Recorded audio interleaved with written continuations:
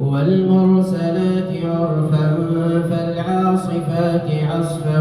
والناشرات نشرا فالفارقات فرقا فالملقيات ذكرا عذرا أو نذرا إنما توعدون لواقع فإذا النجوم طمست وإذا السماء فرجت وإذا الجبال نسفت وإذا الرسل أقبتت لأي يوم نجلت ليوم الفصل وما أدراك ما يوم الفصل ويل يومئذ للمكذبين ألم نهلك الأولين ثم نتبعهم الآخرين كذلك نفعل بالمجرمين ويل يومئذ للمكذبين ألم نخلقكم من ماء مهين فجعلناه في قرار مكين إلى قدر معلوم فقدرنا فنعم القادرون ويل يومئذ للمكذبين ألم نجعل الأرض كفاتا أحياء وأمواتا وجعلنا فيها رواسي شامخات وأسقيناكم ماء فراتا ويل يومئذ للمكذبين انطلقوا إلى ما كنتم به تكذبون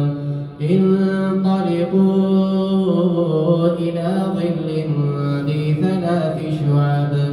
لا ظليل ولا يغني من اللهب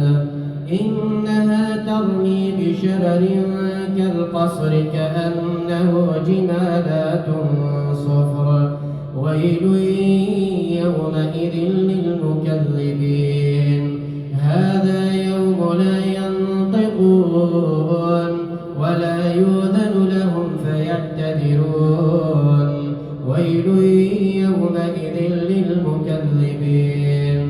هذا يوم الفصل جمعناكم والأولين فإن كان لكم كيد فكيدون ويل يومئذ للمكذبين إن المتقين في ظلال وعيون وفواكه مما يشتهون كلوا واشربوا هنيئا بما كنتم تعملون إنا كذلك نجزي المحسنين ويل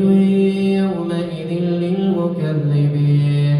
كلوا وتمتعوا قليلا إنكم مجرمون ويل يومئذ للمكذبين وإذا قيل لهم اركعوا لا يركعون ويل يومئذ للمكذبين